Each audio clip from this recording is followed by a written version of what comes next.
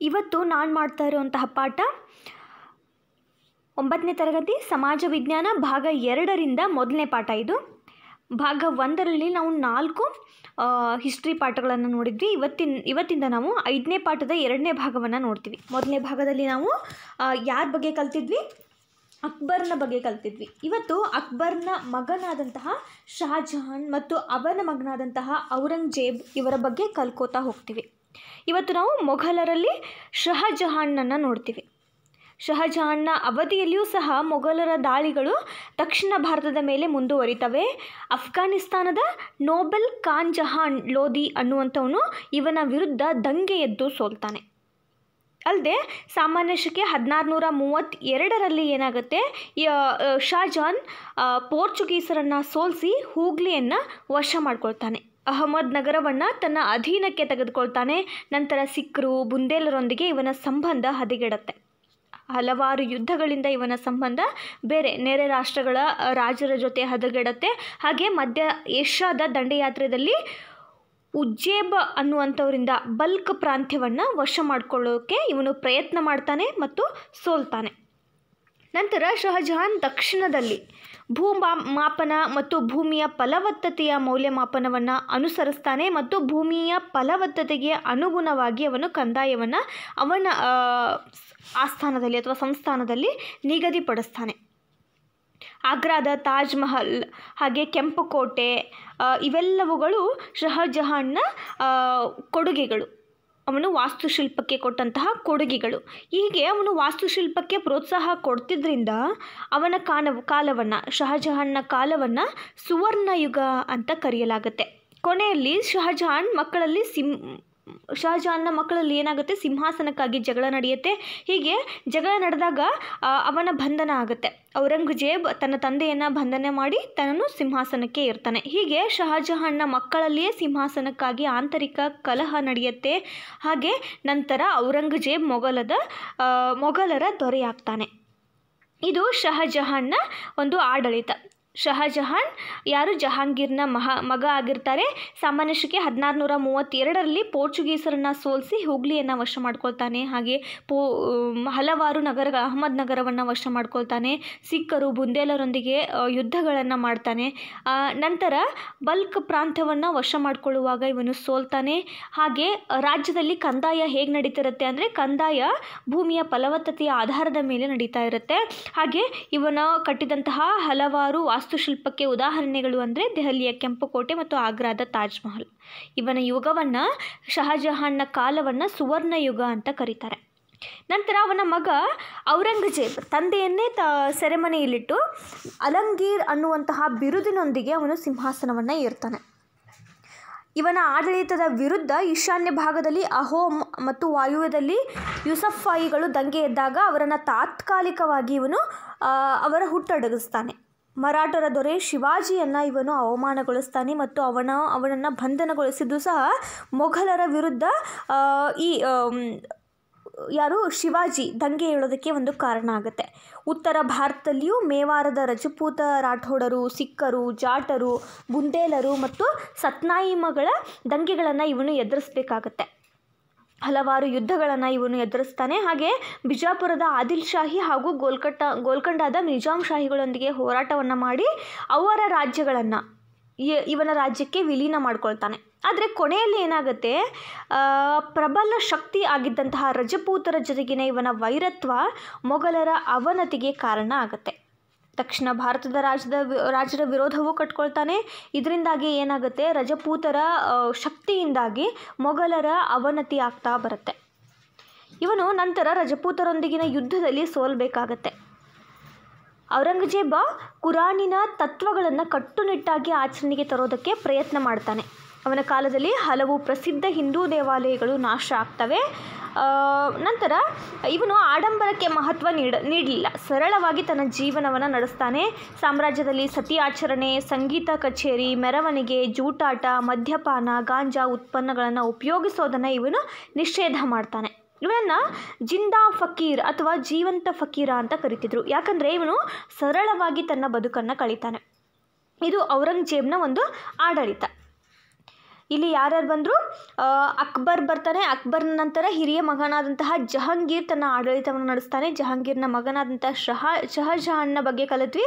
ಹಾಗೆ ಅವನ ಮಗನಾದಂತಹ ಶಹಜಹಾನ್ನ ಮಗನಾದಂತಹ ಔರಂಗಜೇಬ್ನ ಬಗ್ಗೆಯೂ ಕಲಿತ್ವಿ. ಇನ್ನು ಟೋಟಲ್ ಆಗಿ ಮೊಘಲರು ಅವರ ಸಾಮ್ರಾಜ್ಯಕ್ಕೆ ಕೊಟ್ಟಂತಹ ಕೊಡುಗೆಗಳೇನು ಅನ್ನೋದನ್ನು ಒಂದೊಂದಾಗಿ ಕಲಿತಾ ಹೋದರೆ ಮೊದಲಿಗೆ ಬರೋದು ಅವರ ಆಡಳಿತ ಹೇಗಿತ್ತು. ಸುಮಾರು 2 ಶತಮಾನಗಳ ಕಾಲ ಇವರು ಆಡಳಿತವನ್ನು ನಡೆಸ್ತಾರೆ. ರಾಜಕೀಯ ಅಧಿಕಾರವನ್ನು ಮೊಘಲರು ಹೊಂದಿರ್ತಾರೆ. ವಿವಿಧ ಕ್ಷೇತ್ರಗಳಿಗೆ ಮಹತ್ವದ ಕೊಡುಗೆಗಳನ್ನು ಸಹ ಇವರು ನೀಡ್ಕೋತಾ ಬಂದಿದ್ದಾರೆ. ಮೊಘಲರ ಆಡಳಿತ ವಂಶ ಪಾರಂಪರ್ಯ ಆಗಿತ್ತು. ಇಲ್ಲಿ ಕೇಂದ್ರೀಕೃತ ನಿರಂಕುಶ ಪ್ರಭುತ್ವ ಇತ್ತು. ಇಲ್ಲಿ ರಾಜನೇ ಕೇಂದ್ರದ ಒಂದು ಅಧಿಕಾರಿಯಾಗಿದ್ದ. ತನ್ನ ಅಧಿಕಾರವನ್ನು ತನ್ನಲ್ಲಿ ಕೇಂದ್ರೀಕರಿಸಿಕೊಂಡಿದ್ದ. ಅವನನ್ನು ಬಾದಶಾಹ ಅಂತ ಕರಿತಾ ಇದ್ರು. ಈ ರಾಜ ಹೆಚ್ಚಿನ ಅಧಿಕಾರವನ್ನು ಹೊಂದಿದ್ದ. ತಮ್ಮನ್ನು ಸಾಮ್ರಾಟರು ಅಂತ ಪರಿಗಣಿಸಿ ಬಾದಶಾಹ ಅನ್ನುವಂತಹ ಬಿರುದನ್ನು ಅವರು ಹೊಂದಿದ್ರು. ಸುಲ್ತಾನ ಸರ್ಕಾರದ ಮುಖ್ಯಸ್ಥನಾಗಿರ್ತಿದ್ದ, ದಂಡನಾಯಕ ಆಗಿರ್ತಿದ್ದ, ಹಾಗೂ ನ್ಯಾಯಾಂಗದ ಮುಖ್ಯಸ್ಥನೂ ಸಹ ಇದೇ ಸುಲ್ತಾನ ಆಗಿರ್ತಿದ್ದ. ಸರ್ಕಾರದ ಮುಖ್ಯಸ್ಥನಾಗಿರ್ತಿದ್ದ, ದಂಡನಾಯಕನಾಗಿರ್ತಿದ್ದ, ನ್ಯಾಯಾಂಗದ ಮುಖ್ಯಸ್ಥನಾಗಿರ್ತಿದ್ದ. ಈತನಿಗೆ ಆಡಳಿತದಲ್ಲಿ ಸಲಹೆ ನೀಡೋದಕ್ಕೆ ಮಂತ್ರಿಗಳು ಮತ್ತು ಅಧಿಕಾರಿಗಳು ಸಹ ಇದ್ದರು. ಇವರನ್ನು ನೇಮಿಸುವಂತಹ ಮತ್ತು ತೆಗೆಯುವಂತಹ ಅಧಿಕಾರವನ್ನು ಸುಲ್ತಾನರು ಹೊಂದಿದ್ರು. ಇಲ್ಲಿ ಮನ್ಸಬ್ದಾರರ ನೇಮಕ ಆಗಿರಲಿ, ಜಾಗೀರುಗಳನ್ನು ನೀಡೋದಾಗಿರಲಿ, ಕಾನೂನುಗಳನ್ನು ರೂಪಿಸೋದಾಗಿರಲಿ, ಅದು ಸುಲ್ತಾನನ ಕರ್ತವ್ಯ ಆಗಿತ್ತು. ಈ ರೀತಿಯ ಕರ್ತವ್ಯಗಳನ್ನು ಸುಲ್ತಾನ ನೆರವೇರಿಸ್ತಿದ್ದ. ಇನ್ನು ಪರ್ಷಿಯನ್ ಭಾಷೆ ಆಡಳಿತ ಭಾಷೆ ಆಗಿತ್ತು. ಸಾಮ್ರಾಜ್ಯವನ್ನು ಪ್ರಾಂತ್ಯಗಳನ್ನು ಸರ್ಕಾರಗಳನ್ನು ಪರಗಣಗಳು ಅಂತ ಆಡಳಿತದ ದೃಷ್ಟಿಯಿಂದ ವಿಂಗಡಣೆ ಮಾಡಲಾಗಿತ್ತು. ಕೇಂದ್ರ ಸರ್ಕಾರದಲ್ಲಿ ದಿವಾನ್, ವಕೀಲ್, ಮೀರ್ ಬಕ್ಷಿ, ಮುಖ್ಯ ಸದರ್ ಅನ್ನುವಂತಹ ಮಂತ್ರಿಗಳು ಆಡಳಿತದಲ್ಲಿ ಈ ಸುಲ್ತಾನನಿಗೆ ಸಹಾಯವನ್ನು ಮಾಡ್ತಾಯಿದ್ರು. ಇದು ಆಡಳಿತ, ಮೊಘಲರ ಆಡಳಿತ. ಇನ್ನು ಕಂದಾಯ ವ್ಯವಸ್ಥೆ ಹೇಗಿತ್ತು? ಮೊಘಲ್ ಸಾಮ್ರಾಜ್ಯದಲ್ಲಿ ಬಹುಸಂಖ್ಯಾತರು ಕೃಷಿಕರಾಗಿದ್ದರು. ಭೂಮಿಯ ಫಲವತ್ತತೆಯನ್ನು ಆಧಾರವಾಗಿಟ್ಕೊಂಡು ಭೂ ಕಂದಾಯವನ್ನು ಸಂಗ್ರಹ ಮಾಡ್ತಿದ್ರು. ಹೆಚ್ಚಿಗೆ ಫಲವತ್ತತೆ ಇದ್ದರೆ ಹೆಚ್ಚಿಗೆ ಕಂದಾಯವನ್ನು ಕೊಡ್ತಾಯಿದ್ರು. ಕಡಿಮೆ ಫಲವತ್ತತೆ ಇದ್ದರೆ ಕಡಿಮೆ ಕಂದಾಯವನ್ನು ಕಟ್ಟಬೇಕಾಗ್ತಾ ಇತ್ತು. ಕೃಷಿ ಭೂಮಿಯನ್ನು ಅಳತೆ ಮಾಡಿ ಕಂದಾಯವನ್ನು ನಿಗದಿಪಡಿಸ್ತಾ ಇದ್ರು. ಅಂದರೆ ಉತ್ಪನ್ನದ ಶೇಕಡ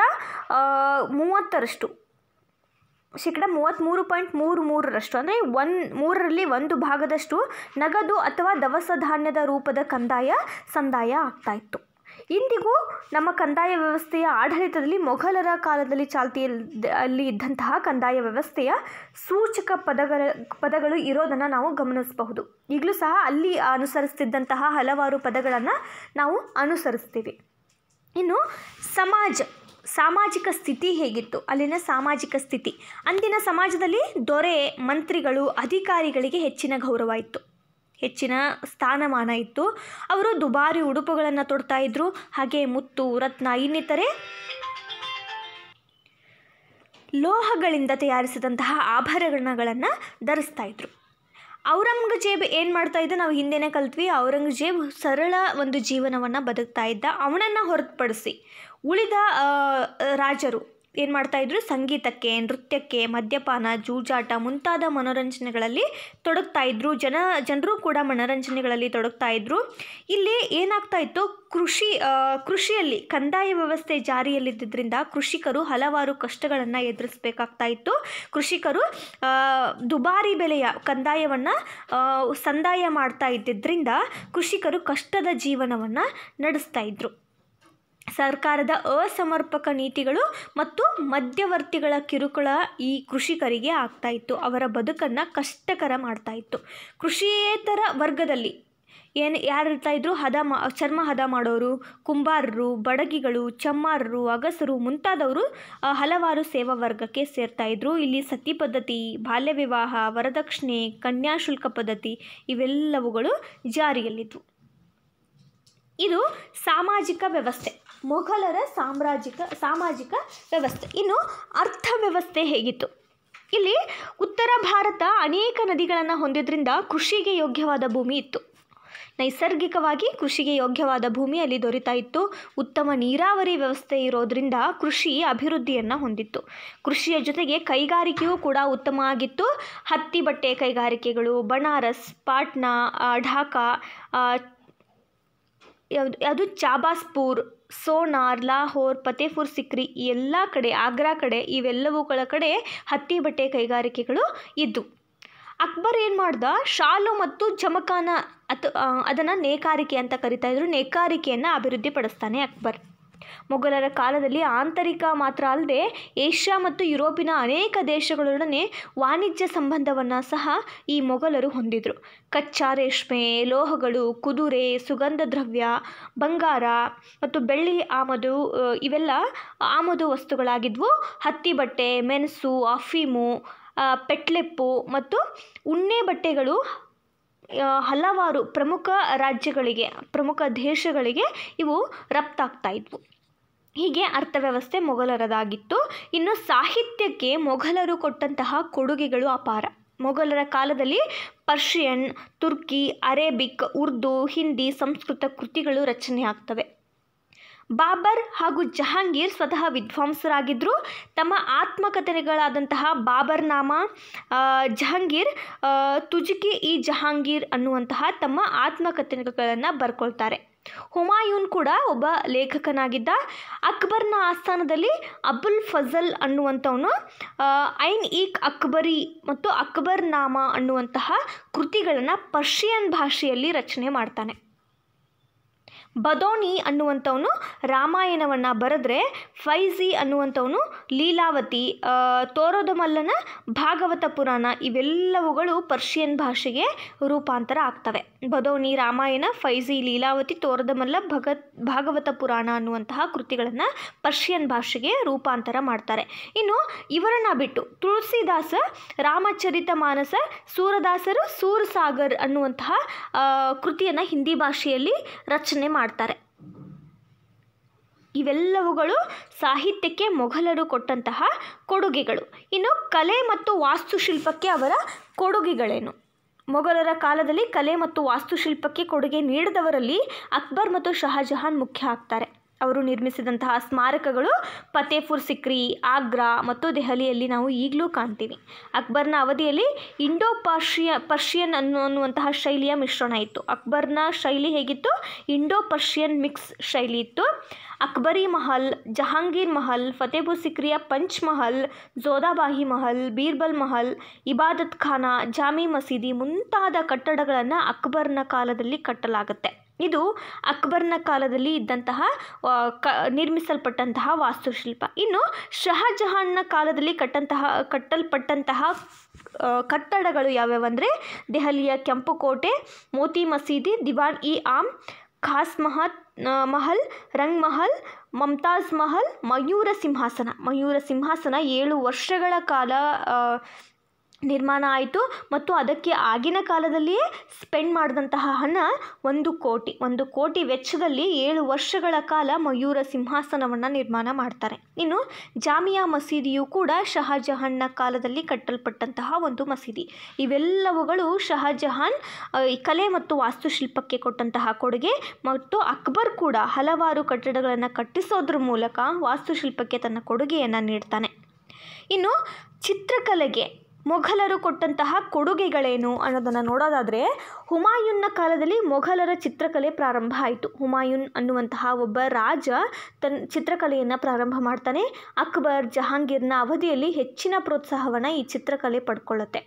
ಮೀರ್ ಸೈಯದ್ ಅಲಿ ಮತ್ತು ಅಬ್ದುಲ್ ಸಮದ್ ಅನ್ನುವಂಥವರು ಪರ್ಷಿಯನ್ ಚಿತ್ರಕಾರರಾಗಿರ್ತಾರೆ. ಇವರನ್ನು ಹೊರತುಪಡಿಸಿ ಹಲವಾರು ಜನ ಹಿಂದೂ ಚಿತ್ರಕಲಾಕಾರರು ಕೂಡ ಇದ್ದರು.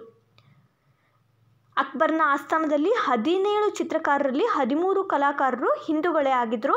ಅವರಲ್ಲಿ ದಸ್ವಂತ್, ಬಸ್ವಾನ್ ಲಾಲ್, ಮುಕುಂದ್, ಜಗನ್ನಾಥ್, ಮಹೇಶ್ ಇವರುಗಳು ಪ್ರಮುಖ ಹಿಂದೂ ಚಿತ್ರಕಾರರಾಗಿದ್ದರು. ಜಹಾಂಗೀರ್ನ ಆಸ್ಥಾನದಲ್ಲಿಯೂ ಕೂಡ ಉಸ್ತಾದ್ ಮನ್ಸೂರ್ ಮತ್ತು ಅಬ್ದುಲ್ ಹಸನ್ ಅನ್ನುವಂತಹ ಚಿತ್ರಕಾರರು ಇದ್ದರು. ಆದರೆ ಶಹಜಹಾನ್ ಮತ್ತು ಔರಂಗಜೇಬನಿಗೆ ಚಿತ್ರಕಲೆಯ ಬಗ್ಗೆ ಆಸಕ್ತಿ ಇರಲಿಲ್ಲ. ಹೀಗೆ ಮೊಘಲರು ವಿವಿಧ ಕ್ಷೇತ್ರಗಳಿಗೆ ಅನನ್ಯವಾದಂತಹ ಕೊಡುಗೆಗಳನ್ನು ನೀಡಿರೋದನ್ನು ನಾವು ಓದಬಹುದು. ಇದು ಮೊಘಲರು ಈ ಸಾಮ್ರಾಜ್ಯಕ್ಕೆ ಕೊಟ್ಟಂತಹ ಕೊಡುಗೆಗಳು. ಅವರ ಆಡಳಿತ ವ್ಯವಸ್ಥೆ ಆಗಿರಲಿ, ಅವರ ಕಂದಾಯ ವ್ಯವಸ್ಥೆ, ಸಾಮಾಜಿಕ ವ್ಯವಸ್ಥೆ, ಆರ್ಥಿಕ ವ್ಯವಸ್ಥೆ, ಸಾಹಿತ್ಯ ಮತ್ತು ಕಲೆ ಮತ್ತು ವಾಸ್ತುಶಿಲ್ಪಕ್ಕೆ ಅವರ ಕೊಡುಗೆಗಳನ್ನು ಇಲ್ಲಿ ನೋಡೋದಾದರೆ ಮೊಘಲರು ವಿವಿಧ ಕ್ಷೇತ್ರಗಳಿಗೆ ಹಲವಾರು ಕೊಡುಗೆಗಳನ್ನು ನೀಡಿದರು ಅನ್ನೋದನ್ನು ನಾವು ತಿಳ್ಕೋಬಹುದು. ಈ ಪಾಠದಲ್ಲಿ ನಾವು ಜಹಾಂಗೀರ್ನ ಮಗನಾದಂತಹ ಶಹಜಹಾನ್ನ ಬಗ್ಗೆ ಕಲಿತ್ವಿ, ಅವನ ಮಗನಾದಂತಹ ಔರಂಗಜೇಬ್ನ ಬಗ್ಗೆ ಕಲಿತ್ವಿ. ಹಾಗೆ ಮೊಘಲರು ಕೊಟ್ಟಂತಹ ಕೊಡುಗೆಗಳ ಏನೇನು ಅನ್ನೋದನ್ನು ನಾವು ಒಂದೊಂದಾಗಿ ಕಲಿತ್ವಿ. ಮುಂದಿನ ಪಾಠದಲ್ಲಿ ನಾವು ಮರಾಠರ ಬಗ್ಗೆ ಕಲಿತೀವಿ ಮತ್ತು ಪೇಶ್ವೆಗಳ ಬಗ್ಗೆ ಕಲಿತೀವಿ. ಈ ವಿಡಿಯೋ ನಿಮಗೆ ಇಷ್ಟ ಆಗಿದ್ದರೆ ಈ 2 ಪ್ರಶ್ನೆಗಳಿಗೆ ನೀವು ಉತ್ತರಿಸಬೇಕಾಗತ್ತೆ. ಮೊದಲೇದು, ಔರಂಗಜೇಬನಿಗೆ ಇದ್ದಂತಹ ಬಿರುದು ಯಾವುದು? ಅವನು ಆ ಬಿರುದಿನೊಂದಿಗೆ ಸಿಂಹಾಸನವನ್ನು ಏರ್ತಾನೆ. ಆ ಬಿರುದು ಯಾವುದು ಅನ್ನೋದನ್ನು ನೀವು ಉತ್ತರಿಸಬೇಕಾಗತ್ತೆ. ಇದಕ್ಕೆ ಯಾವುದೇ ಆಪ್ಷನ್ಗಳಿಲ್ಲ.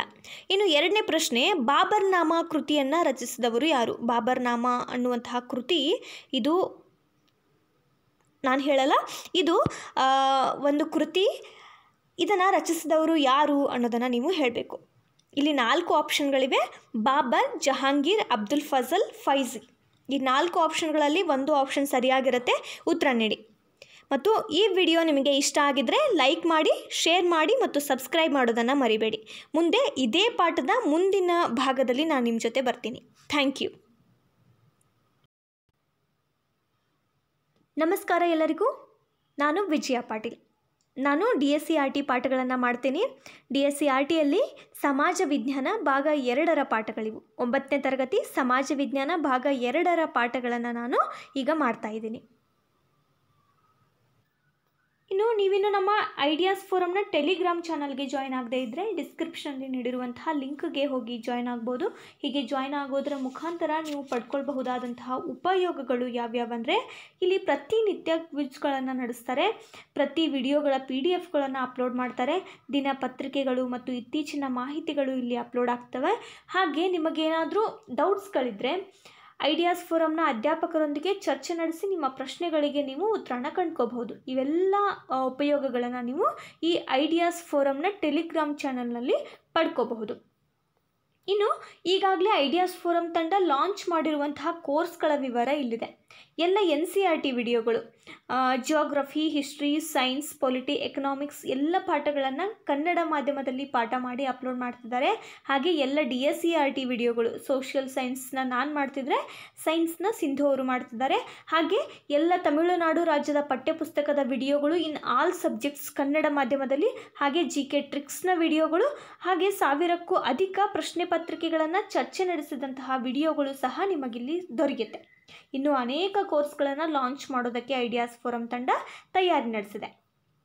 ಇಲ್ಲಿ ಇನ್ನೊಂದು ಆಪ್ಷನನ್ನು ತರ್ತಿದ್ದೀವಿ, ಅದು ಜಾಯಿನ್ ಆಪ್ಷನ್. ಈ ಜಾಯಿನ್ ಆಪ್ಷನ್ ಮೂಲಕ ನೀವು ನಮಗೆ ಸಹಾಯವನ್ನು ಮಾಡ್ಬೋದು. ಯಾಕಂದರೆ ಈಗಾಗಲೇ ನಾವು ಹಲವಾರು ಸ್ಕೀಮ್ಗಳಲ್ಲಿ NCERT, ಸ್ಟೇಟ್ ಬುಕ್ಸ್, 1000ಕ್ಕೂ ಹೆಚ್ಚಿನ ಪ್ರಶ್ನೆ ಪತ್ರಿಕೆಗಳನ್ನು ಚರ್ಚೆ ನಡೆಸೋದು, ಟೆಲಿಗ್ರಾಮ್ ಗ್ರೂಪ್ನಲ್ಲಿ ಪ್ರತಿನಿತ್ಯ ಪ್ರಶ್ನೆಗಳನ್ನು ಕೇಳೋದು, ಹೀಗೆ ಹಲವಾರು ಪ್ರಯತ್ನಗಳನ್ನು ಮಾಡ್ತಾ ಇದ್ದೀವಿ.